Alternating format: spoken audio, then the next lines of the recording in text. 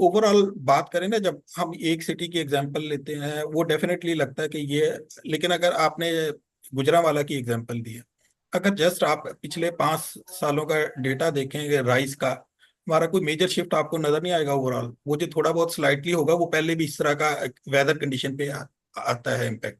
मेरा कहने का मकसद ये है कि डेफिनेटली ये नहीं कि सारा आप एग्रीकल्चर एरिया को सिटीज बना दें, उसकी हम्म। प्रॉपर प्लानिंग होनी चाहिए। लेकिन अगर इफ रिक्वायर्ड कि अगर आप एक लैंड यूज करते हैं उसमें डिफरेंट फैक्टर देखते हैं, क्योंकि इकोनॉमिक्स में हम बात करते हैं कि लिमिटेड रिसोर्सेज को कैसे यूटिलाइज करें कि हम उससे ज्यादा बेनिफिट ले सकें। अच्छा अगर डॉक्टर एक साहब। एकड़ जी आपकी। लैंड से आप, सॉरी मैं जरा अगर हाँ ठीक कंप्लीट है करने दें, ठीक है एक ठीक एकड़ है लैंड से आप जनरेट करते हैं 5 लाख की क्रॉप। अगर ठीक उसपे है एक छोटा सा टाउन बनाते हैं जिसमें 100 हाउसेज हैं, या आप एक उस पे इंडस्ट्री बीस लगाते हैं, बीस उसकी बीस कर ले इकोनॉमी, चले, थोड़ा रिलायबल हो जाएगा। हाँ हाँ, तो वो आप उससे कितना जनरेट कर सकते हैं। अगर एक फैक्ट्री लगा देते हैं 1 एकड़ के एरिया पे, उसकी प्रोडक्शन क्या है, उसका क्या कंट्रीब्यूशन है। अगर उसमें टाउन बनाते, तो ये एक आपने देखना है कि कंपैरेटिव एडवांटेज कैसे, कंपैरेटिव यूज कैसे कर सकते हैं हम लेकिन अपनी डॉक्टर लिमिटेड साहब, रिसोर्स। एग्रीकल्चर को अगर तो हम इंडस्ट्री में इंडस्ट्रियल जोन बनाए ना, वो बात तो समझ आती है। लेकिन हम्म फर्ज करें कि हमारा असल में प्रॉब्लम ये है कि एग्रीकल्चर का एक तो उसमें मॉडर्न मैकेनिज्म नहीं है, उसकी प्रोडक्शन हम्म भी कम। या तो था ना कि जैसे आपने एग्जांपल दी कि दुनिया के अंदर कम एकर्स के साथ भी लोगों ने प्रोडक्शन बहुत ज्यादा की है। अब हमारा वो प्रॉब्लम भी। और दूसरे नंबर पे जब हमने शहर बनाए हैं ना, तो उसमें भी हमने कोई उसको प्रोडक्टिव नहीं बनाया। मिसाल के तौर पे मैं एक एग्जांपल देता हूँ। वो हमारा पिछला जो टाइम पीरियड था पाकिस्तान के अंदर 2017 से ऑनवर्ड, 3-4 साल, तो उसके अंदर ये डिबेट बहुत ज्यादा होती रही 2018 से, कि हम हॉरिजेंटल सिटीज से निकल कर ना वर्टिकल सिटीज की तरफ जाएं। तो अब आप ये देखें, एक टाउन के अंदर जैसे आपने कहा कि 1 एकड़ जमीन है जिसके अंदर 20 घर सपोज बन जाते हैं, तो उसके अंदर 20 फैमिलीज रहेंगी। हम ये कह रहे हैं कि फर्ज करें उसकी भी कोई पॉलिसी हम बना दें, हाउसिंग की भी कोई पॉलिसी हो ना, कि कम से कम वो 20 घर नहीं हो, वो हर एक के ऊपर भी 8 घर हो। तो वैसे बीस जी फैमिलीज रहनी थी, अभी कितनी रह रही हैं? 160 फैमिलीज। तो हम, इसका हम्म मतलब है कि खाम खा में ही अपना हाउसिंग जो सोसाइटी है उसको इतना बड़ा करते जा रहे हैं कि वो 5-5 मरले, 10-10 मरले, 20-20 मरले में एक एक कनाल में एक फैमिली रह रही है, छोटी सी। और अगर उसी के हम्म अंदर हम कोई फ्लैट सिस्टम लेके आए, जिससे अल्टीमेटली ये हो कि कम जगहों पे आपके ज्यादा लोगों को रहाइश भी मिल जाए, अच्छी सहूलतें भी मिल जाएं, और एग्रीकल्चर के जो लैंड है वो बहुत ज्यादा उसके अंदर यूज भी ना हो। तो इसके अंदर आपको क्या लगता है कि गवर्नमेंट को कोई पॉलिसी बनाने की जरूरत नहीं है?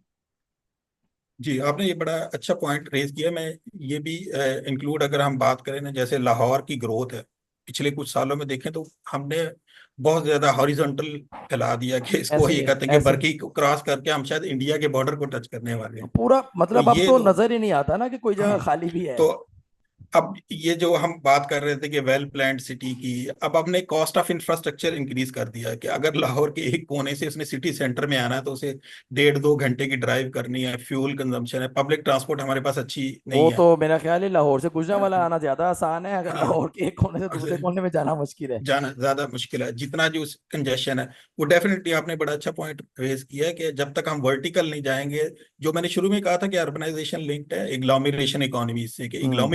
इग्लोमरेट तो आप जब ही करेंगे ना कि जब आप वर्टिकल ग्रोथ करें। सही है। फिर आपका इंफ्रास्ट्रक्चर कॉस्ट, फॉर एग्जांपल अगर वो लोग यही एक एकड़ की एग्जांपल के अगर 20 हाउसेज उसमें दे रहे हैं, बजाय उसके अगर हम वर्टिकली जाएं तो शायद 160 हाउस होल्ड उसमें रहेंगे, और उसमें जो वो डेफिनेटली कुछ ना कुछ जॉब अपॉर्चुनिटी है तो वो उधर आएंगे। वो ऐसे फिर ही है। सिटी में अर्न भी करेंगे, किसी सर्विस सेक्टर में जॉब करेंगे, किसी मैन्युफैक्चरिंग इंडस्ट्री में काम करेंगे, तो वो एम्प्लॉयमेंट भी जनरेट करेगा, उससे अलाइड जो बेनिफिट है वो भी ड्राइव करेगा। तो अगर डॉक्टर हम साहब इसका हॉरिजॉन्टली मतलब, ग्रो करते जाएंगे तो इंफ्रास्ट्रक्चर हम उतना नहीं दे सकते। हाँ, इसका मतलब है कि हम अपने रिसोर्सेज को ना, एक तो अनप्रोडक्टिव बनाया, आगे से फिर अनप्रोडक्टिव ही रहा। मतलब आपने हाँ। एग्रीकल्चर लैंड से निकाल लिया, उधर भी पॉलिसी नहीं बनी।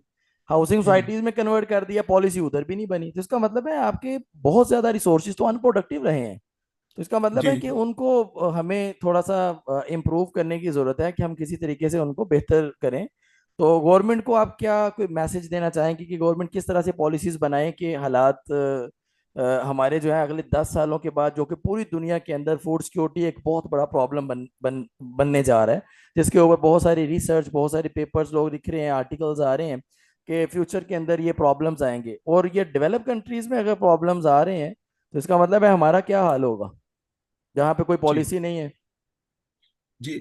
इसको ये है कि अनकंट्रोल्ड, जो मैं शुरू में कह रहा था कि अगर आपका वेल प्लान्ड अर्बनाइजेशन नहीं है, आप हैफेजर्ड ग्रोथ करे जा रहे हैं, आप अलाउ करते रहेंगे सोसाइटीज को अनप्लैंडली डेवलप। अगर आपका फॉर एग्जांपल गवर्नमेंट का प्लान ही नहीं था उस एरिया में अभी अगले 20 ईयर में रोड देना था, वाटर या इलेक्ट्रिसिटी, हम्म। आप एक प्रेशराइज करके पॉलिटिकल पावर यूज करके अप्रूव करवा ली वो ऐसे ही है। प्लॉट, फिर क्या होगा कि लोग उसमें स्पेकुलेशन के लिए इन्वेस्ट हमारे ऐसे यहाँ ही है। पे ज्यादा है। अब बल्कि अगला पॉइंट हमने डिस्कस ही नहीं किया कि वो ये मनी स्टक रहती है। हाँ। तो जब जैसे वो स्पेकुलेशन के लिए लोग इन्वेस्ट कर देंगे, अभी लाहौर की बात करें, हमने पूरे लाहौर डिस्ट्रिक्ट को अर्बन डिक्लेयर किया। अब इसमें मेरा ख्याल है कि शायद 180 या 200 विलेजेस भी हैं जो बाय डेफिनेशन लोकल गवर्नमेंट की उसको हम सिटी ही कहते हैं, लाहौर एंटायर डिस्ट्रिक्ट ही अर्बन है। तो सही। अब इसमें लाहौर की एग्जांपल लें या कराची की, या इसमें for example number of societies, आप सिर्फ स्पेशल में मैप देखें सैटेलाइट के जरिए, तो हमें जो इनकम्प्लीट सोसाइटीज नजर आ रही हैं, वो डेवलप नहीं होगी, लोग नए पे जाके स्पेकुलेशन के लिए इन्वेस्ट कर रहे हैं। तो इसके लिए हम कंटेन कर सकते हैं, गवर्नमेंट इनफिल डेवलपमेंट का कानून बना सकती है स्पेकुलेशन के रोकने के। इनफिल डेवलपमेंट मीनिंग ये है कि विद इन एक सोसाइटी अगर वेकेंट प्लॉट्स हैं, पहले उसको प्रायोरिटाइज किया जाए कि नई सोसाइटीज की बजाय जब तक वो फिल नहीं होंगे हम नया कोई डेवलपमेंट की अलाउ नहीं करेंगे। दूसरा सही है। आपका ये हो सकता है कि हम दूसरी सोसाइटी ये स्पेकुलेशन को रोकने के लिए आप इस तरह की पॉलिसीज भी बना सकते हैं कि जिसमें ये कि प्लॉट का एक सर्टन लिमिट रख दें कि इसको बिल्ड करना है, अदरवाइज आप इस पे प्रॉफिट नहीं लेंगे, अगर सेल करेंगे तो ज्यादा टैक्स लगा दें जो लोग स्पेकुलेशन के लिए इन्वेस्ट कर रहे हैं। अच्छा डॉक्टर साहब, ये आपको याद होगा पीटीआई के दौर में एक उन्होंने अपनी तरफ से इस तरह का काम करने के लिए कोशिश की थी, तो लेकिन उसमें तो डेवलपर्स और वो टाउन्स और वो सारे लोग तो उनके खिलाफ हो गए थे कि ये आप क्या करने जा रहे हैं। और इसी तरह की कोशिश एक दफ़ा मेरा ख्याल है शहबाज शरीफ साहब ने भी ट्राई की थी, लेकिन वो कुछ सक्सेसफुल नहीं हुई कि आपका प्लाट खाली रहे हाँ दो तीन साल तो उसके ऊपर टैक्स देना उस पड़ जाए। असल में हाँ दुनिया के अंदर कंस्ट्रक्शन का बिजनेस है, हमारे यहाँ प्लाट्स का बिजनेस है। जी तो डेफिनेटली। कंस्ट्रक्शन नहीं होगी तो इसका मतलब है आपके तो बिलियंस स्टक हुए हुए हैं, तो इकोनॉमिक एक्टिविटी जनरेट ही नहीं होनी। तो ये डॉक्टर जी साहब डेफिनेटली। अभी अभी जो अनफेयर डिस्ट्रीब्यूशन का भी एक पॉइंट रेज हो गया है, और इसके अलावा क्लाइमेट चेंज की बात भी हमने करनी है, तो नेक्स्ट जो हमारी एपिसोड है उसमें हम आपसे बात करते हैं कि किस तरह से क्लाइमेट चेंज को ठीक किया जा सकता है, उसके जो प्रॉब्लम्स आएंगे उसको फिर कैटर करने के लिए कौन से हमारे पास पॉलिसीज या सॉल्यूशंस हैं। तो गवर्नमेंट अगले 10 15 20 सालों को कैसे देख रही है, खासतौर पे जब हम गवर्नमेंट की बात करते हैं तो अर्बन यूनिट की तरफ से सपोज सजेशंस आती हैं, प्लानिंग कमीशन है जो उसके ऊपर काम कर रहा है, तो उनकी पॉलिसीज को भी डिस्कस करते हैं इंशाल्लाह। तब तक के लिए अल्लाह हाफिज।